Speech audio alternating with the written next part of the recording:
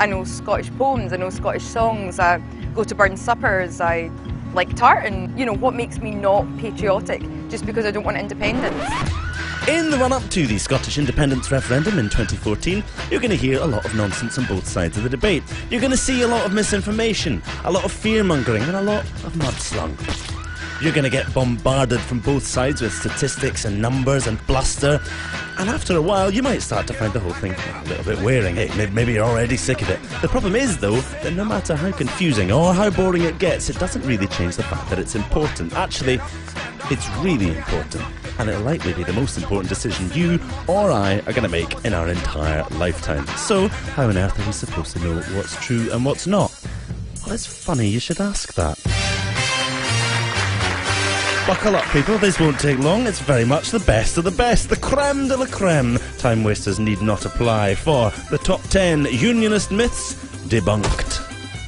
At 10, it's one of the most dramatic arguments in the book, and one which at first glance seems almost entirely plausible. Have your documents at the ready, folks, for border controls between Scotland and England. I don't want my kids, when they cross into Scotland, to have to carry a passport. The No campaign would have us believe that this is an inevitability, but it's most definitely not. There are currently no passport controls between the UK and the Channel Islands and the Isle of Man, which are not only outside the UK, they're not even part of the EU. Which brings us neatly onto number 9.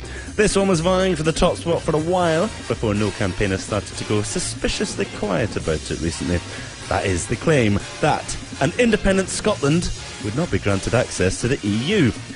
Well, there's no easy, straight yes-no answer to this one, although Prime Minister David Cameron could settle it quite easily by just officially asking the EU, something which he's refused point-blank to do. Of course we will work with the Scottish Government in providing information, but let me be clear about what we won't do. We will not pre-negotiate Scotland's exit from the United Kingdom. Certainly it looks extremely unlikely that Scotland would be denied continued membership, given its status as an oil-rich, energy-rich nation with an existing track record within the EU, but perhaps a more pertinent question would be, is the United Kingdom, in its current shape, really going to be a member of the EU for long anyway? UKIP has, at the heart of our extensive manifesto, the key aim of ending Britain's membership of the EU. Well, given that David Cameron has chosen to appease UKIP voters and Daily Mail readers in the southeast of England with a referendum on leaving the EU, it will be an in-out referendum.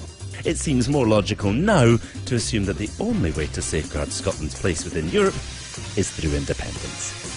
It's long since dropped from the top spot, but despite losing all credibility, it's clinging on to its place at number 8. That's right, it's that old chestnut. We're subsidised by Westminster and we couldn't survive on our own. Well, this argument is old news by now. Even David Cameron admits it's a myth, for goodness sake. I'm not saying that Scotland couldn't make it on her own. Of course, Scotland could. But for those people who've been hiding under a rock for the past 2 years, have some numbers. Scotland pays 9.4% of UK tax, with just 8.4% of the UK's population, which technically means we subsidise the rest of the UK. And a report last year from the Centre of Economics and Business Research, which sounds fairly impressive, I mean it's got the word centre and economics in it, concluded that Scotland received no net subsidy. In at 7, it's the UK Armed Forces. Scotland would be defenceless and lose thousands of military jobs. Well, sure, we might not be able to send troops off to invade Middle Eastern countries in direct contravention of international law, but well, we never really wanted to do that anyway. I'm doing it because I think it's the right thing to do. Seriously though, Scotland's share of defence spending is about 3.5 billion a year, of which less than 2 billion is actually spent in Scotland. So, even if we kept up defence spending exactly as it is now, we'd end up with 1.5 billion extra to play with, which should be nice. The thousands of jobs, though, that would supposedly be lost refers largely to the Clyde shipyards, who rely on the Royal Navy for contracts, although there's actually no reason that defence jobs in the Clyde would stop post-independence. In fact, it's even been suggested that they could do even better. At 6, like a bolt from the blue, it's an appeal to our good neighbourliness. We would be dooming England to perpetual Tory rule. On the face of it, this one does sound quite likely, and assuming that all Scots hate the Tories, which obviously we do, it seems a bit cruel to just dump them on the English. The thing is, though, we wouldn't. The idea that Scotland has any influence whatsoever over Westminster elections is a bit of a myth. Let's take a look. The 1945 Labour government, without Scotland's votes, would still have been Labour. The 1950 Labour government would still have been Labour. The 1951 Tory government would still have been Tory. 1955 would still have been Tory. 1959 would still have been Tory. The 1966 Labour government would still have been Labour. 1970 would still have been Tory. 1974 would still have been Labour. The 1979, oh my God, it's Thatcher Tory government would still have been Tory. 1983 would still have been Tory. 1987 would still have been Tory. 1992 would still have been Tory. The 1997 landslide New Labour government would still have been New Labour. 2001 would still have been New Labour. And 2005, well, yeah, you guessed it. In fact, in 2010, Scotland voted exactly the same way that it did in 2005, and well, look what we ended up with. Not quite the same thing we had in 2005, that's for sure. I mean, look at it, it's got two heads this time. On to the home straight now, and in at number 5, it's all about Alex Salmond and the SNP. We have a majority SNP government in the Scottish Parliament. That is not a democratic place in the conventional sense. It is a dictatorship of one man sitting in Butte House. Yep, Alex Salmond is a bit like a dictator, and the SNP want to create a one-party state. In all fairness, this kind of chat is pretty common amongst opponents of popular politicians. We're just not that used to it in this country because we don't tend to get many popular politicians. Venezuelan President Hugo Chavez, for example, is maligned by his opponents as a dictator and a tyrant, despite being democratically elected to office no less than 4 times. I knew there were some dictators around the world. Hugo Chavez now admitting in a speech that went widely undocumented, by the way, that he chews cocoa. The guy's a maniac. I mean, he's a clown. He's a maniac. Would you invite Hitler to lunch? I mean, would you invite Charles Manson to sit down and tell you how to run his life? Likewise, Evo Morales, president of Bolivia, despite garnering over 64% of the popular vote. And if those examples are maybe a little bit too exotic, let's try something a wee bit more Western. I think we've all heard of this guy. A dictatorship? A power grab? Former Speaker of the House Newt Gingrich says President Obama is making the biggest power grab in American history and moving America towards a dictatorship. I think dictatorial is a strong word, but it may frighteningly be the right word. So basically, if you're popular and even favour just a tiny bit of change from the status quo, you'll get called a dictator by your opponents. Alex Salmond isn't a dictator, he's the democratically elected First Minister of Scotland. Love him or loathe him, you have to accept that he's currently the only leader in the whole of the UK with a democratic majority. Check it if you don't believe me.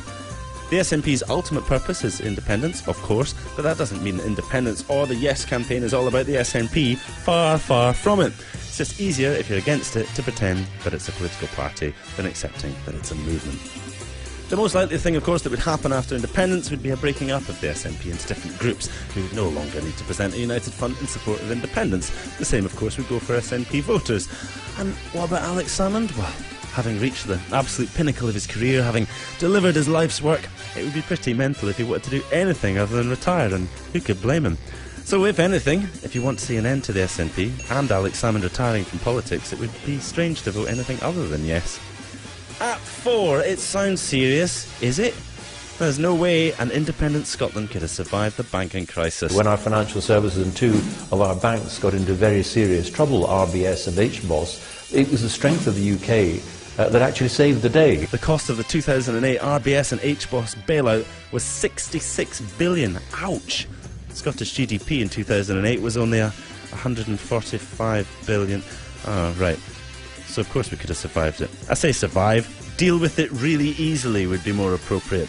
The real question is, would we have allowed it to happen in the first place? At 3, it's maybe the oldest argument in the book, pish though it may be. As a Scottish rugby fan, I like to see the English getting stuffed as much as the next Scotsman, but I think we have more shared history and shared culture. Scottish independence is just anti-Englishness. Celebrating the murder of several hundreds of thousands of English people does not necessarily provide the best base on which to move forward. First of all, the UK consists of more than just Scotland and England. There's Wales and there's Northern Ireland too. You'd think the supporters of such a union would be aware of this, but apparently not. Secondly, if we must defend the point, Scottish independence supporters can count tons of English people among their ranks, just as the SNP, rather inconveniently, have English MSPs on their benches.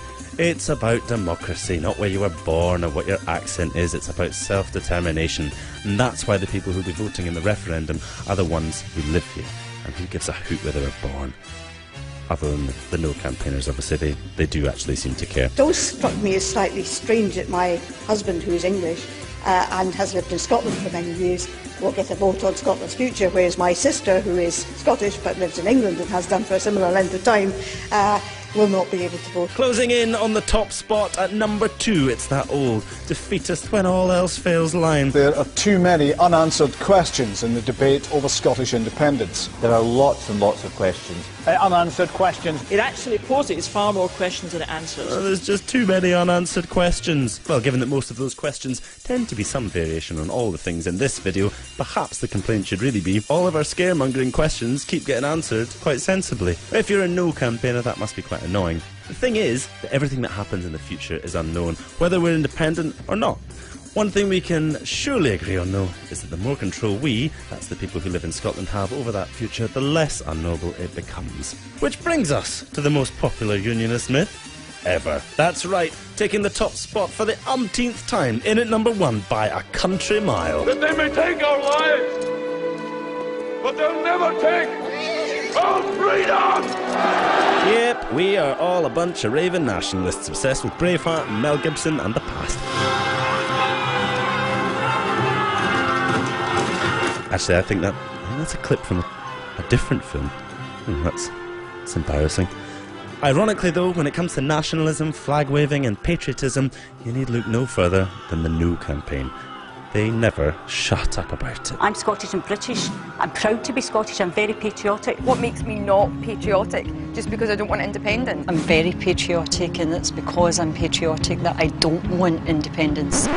If you like this video, please share it. Share it with a yes supporter, share it with a no supporter. It's fine, they're alright once you get to know them. Not Alistair Darling, obviously, he's weird, but some of them are alright. Like it, comment on it, watch it again. Most importantly, though, stay informed and vote yes in 2014.